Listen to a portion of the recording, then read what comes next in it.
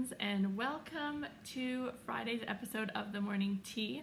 I do not have a guest today, but I thought I would come on and do a lesson on how to create a crystal grid. I've had many people ask me about this, and many of you know that I teach workshops on crystal gridding.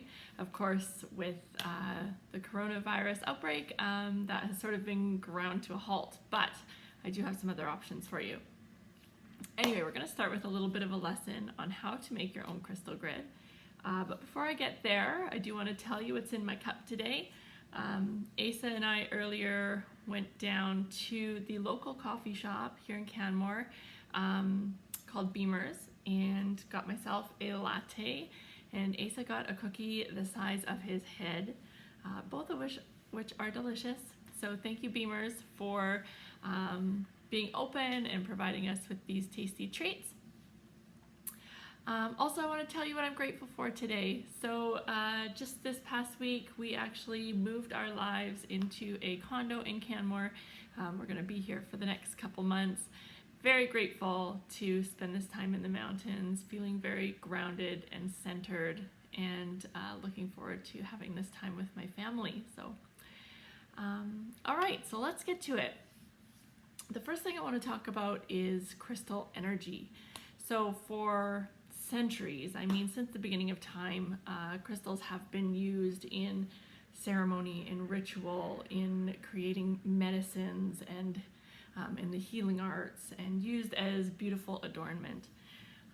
So it is, needless to say that people for a very long time have felt that crystals have energies that can play into your own energetic field and help to nourish and support you. Now, using these crystals in a crystal grid sort of ramps everything up a little bit. Crystal gridding is sort of taking the crystals and creating teamwork amongst them, allowing them to work together, intensifying the energy, and getting more specific about what it is you're trying to create using your stones. Now, when I do crystal gridding, I also incorporate sacred geometry. And sacred geometry are patterns that have been found around the world, dating back to ancient civilizations. They're patterns that encompass life and the replicating nature of DNA patterns and all of these things. And they're patterns that are thought to again, heighten the energy of anything that they're paired with. So the piece of sacred geometry that I'm going to be using today is called the Flower of Life. That's it here. And the Flower of Life is very symbolic of like the universality of life, the I am you and you are me, and we are all interconnected. I love this pattern. It's one of my favorites. This board here that I'm using is actually one that I've created for myself. That features of course the sacred geometry in the middle, a couple of little holders here for candles, or smudge dishes, or incense, or a little pocket for stones, and then the slat along the back is for tarot cards or oracle cards. Or any pictures that you might want to add there for vision boarding or what have you. So, I have some stones already selected, but many people will ask me, how do I choose the stones that I'm going to use in my grid? And what I tell them is that you first want to start with your intention. What do you want to accomplish with creating this grid for yourself? Is it abundance? Are you trying to bring more peace and happiness to your home? Are you looking to dispel negativity? Are you looking to, be motivated and driven? So you want to kind of hone in on what your intention is first. And at that point, then you want to choose the stones. So not everybody has the selection of stones that I do in my home. So what I will say is that once you've got your intention chosen, do a quick Google search of stones for, insert your intention here. And Google is going to give you a whole list of stones that you can use, and sort of it will also sort of identify why those stones are great for your intention. So you can even hone in a little bit more on specifically what it is about that intention. So for example, if my intention was for peace, you might find a stone that is great for, like howlite, for example, is great for letting the past go so that you can be in the present. And maybe that's the piece that is sort of keeping you from feeling peaceful, is that you're hanging on to some old resentments. So once you've done that, you can look at the stones you have versus the stones that you've found in your Google search, and then choose the stones that way. Some really great ones to keep on your grid in general are quartz. Quartz amplify your intentions. They amplify the energy of the stones that they're paired with. Tourmaline is another great one. Tourmaline is a protection stone, also transmutes negativity to positivity. Some other ones that are really good to have on there, things like selenite, blue kyanite. These are stones that will just naturally clear the energy of the stones that they're paired with. So it's a little less work for you to try and keep the grid clear. Yeah, so that's how you're going to choose your stones. Once you have chosen your stones, you can start working on your grid. So I'm going to change views here so that you can see what I'm doing. All right, so here I've got my grid. I've got my stones next to me as well. Now, one thing you might want to do before you get started is actually clear the energy of your stones. And you can do that in a number of ways. You can smudge them with Palo Santo, with sage. You can run them under water to clear them, or put them into a salt bath to clear them. You can leave them out under a full moon and clear them that way as well. There are a number of ways. Reiki energy as well is a great way to clear your stones. So what I'm going to do is I'm going to start with my focal stone. Now the focal stone is the one that's going to go right smack dab in the middle. And this stone, it's important that you choose one that really encompasses the nature of what you want to create for your grid. So the grid that I'm creating today is one that was that I've chosen stones that are going to create more, love, happiness, really heart-centered living with good communication and a trusting that everything is going to be okay. So I started with rose quartz in the middle, which is the stone of love. Now you're going to notice that this piece here has a termination point. And this is not a natural termination point. Obviously, this piece is carved. But when you're working with termination points, this is sort of one of the few kind of rules that I've taken to heart when I do my gridding.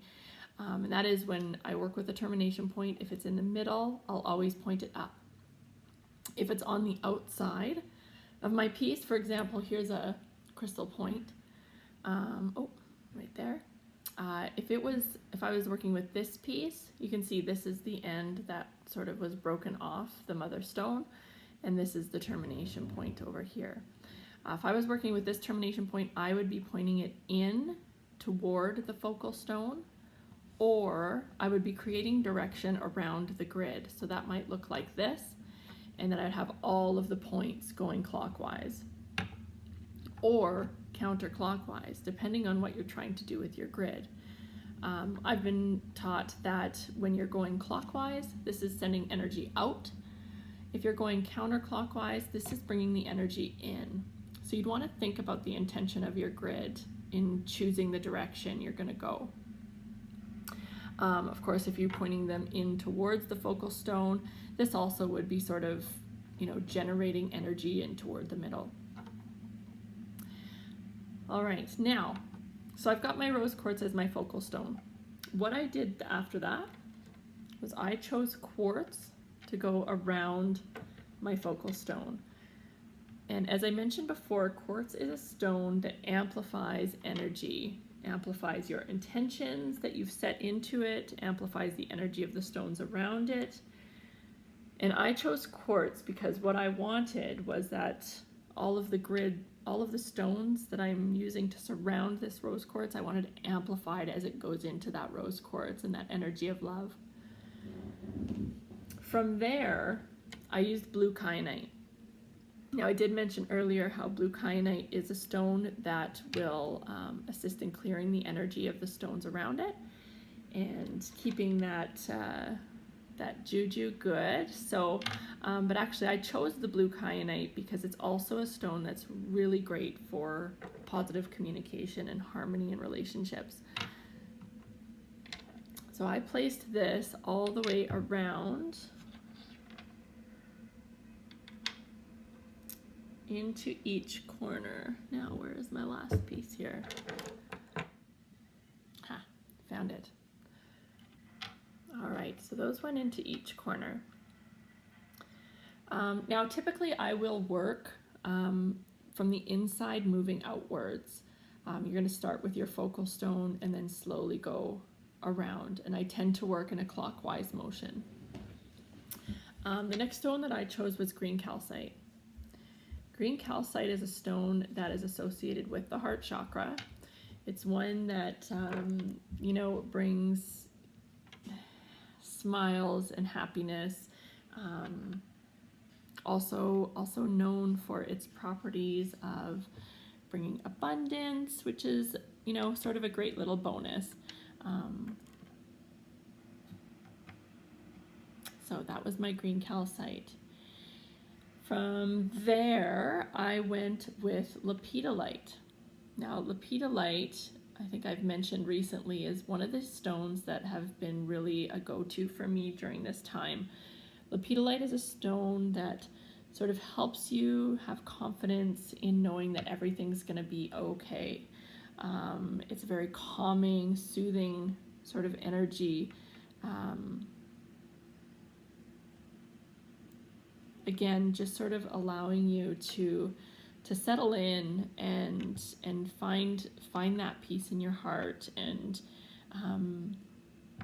ditch the worry and the stress.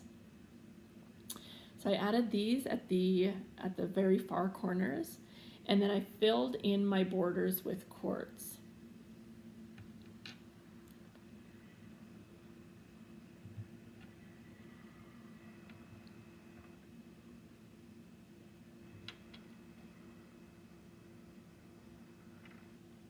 Now again, quartz is an amplifier, so it just felt kind of right to amplify the entire board, not only on the, you know, the inner circle here, but also around the outside.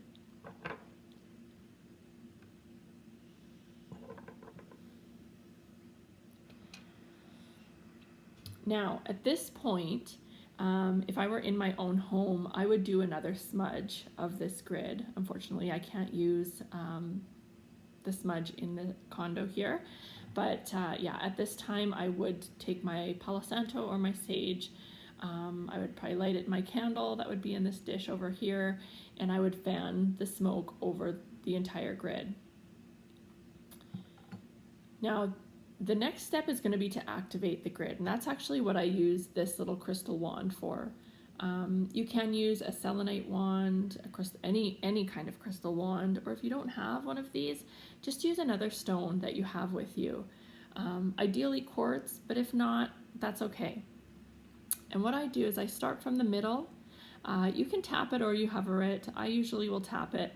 And you're going to go then to the first ring around the stone. I always go up first to the north and tap it, and then come back to your center stone.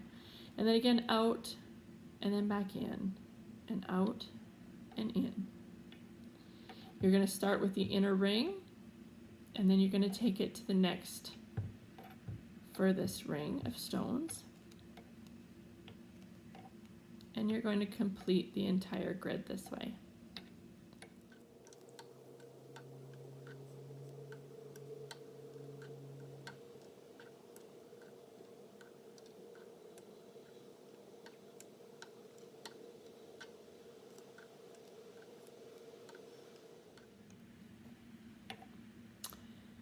Once I get back to the center stone, usually I'll do sort of a swirl around the entire thing just to energetically mix it all in. The purpose of this is to activate your grid. So you're basically communicating with the crystals. You're telling them, all right, guys, it's now time to work as a team. You're tying the energies into one another. Some people will use figure eights over their grid, which I also will play with sometimes. Again, you're just sort of teaching the energies to collaborate. If you are somebody who does Reiki or plays with energy, you may also take some time to just offer that energy to your grid.